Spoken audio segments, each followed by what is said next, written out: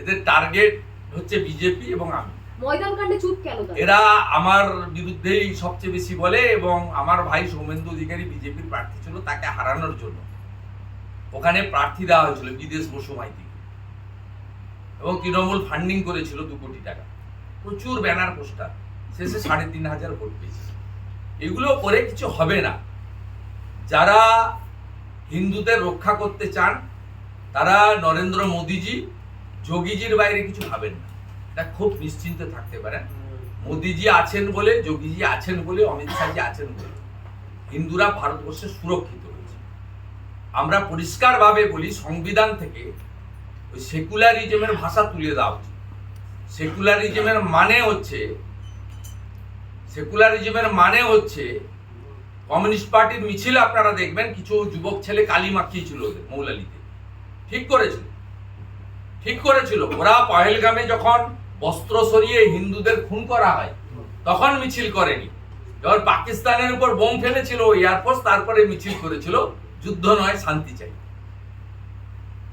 আমরা, যুদ্ধ চাই, পাকিস্তানের সর্বনাশ চাই, আর জামাতিদের হাত থেকে বাংলাদেশ উদ্ধার করতে চাই। আর জামাতি মডেলে এই পশ্চিমবঙ্গ চলছে, এই বাংলারও আমরা পুনর্জাগরণ চাই, বাংলার ঐতিহ্য গৌরব ফেরাতে চাই। শ্রী চৈতন্যদেব প্রভু, স্বামী বিবেকানন্দ, আজকে জগৎজননী মা শারদামণির জন্মতিথি।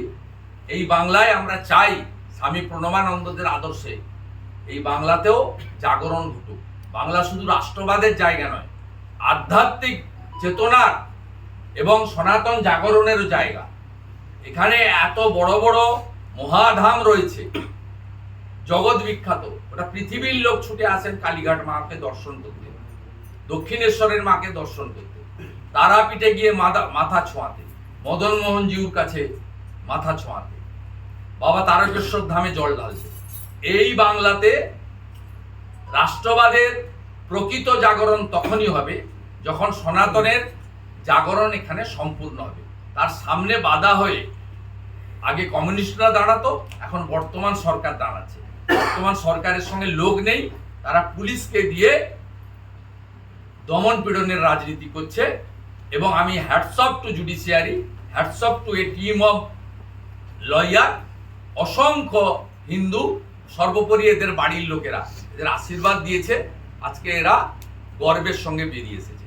আমি সুরক্ষিতভাবে গাড়ি দিয়ে এদেরকে এক্ষুনি বাড়িতে পৌঁছে দেবো, ওর সঙ্গে আমাদের ভলেন্টিয়াররা যাবে। আমি এদের নিরাপত্তা নিয়ে খুবই চিন্তিত।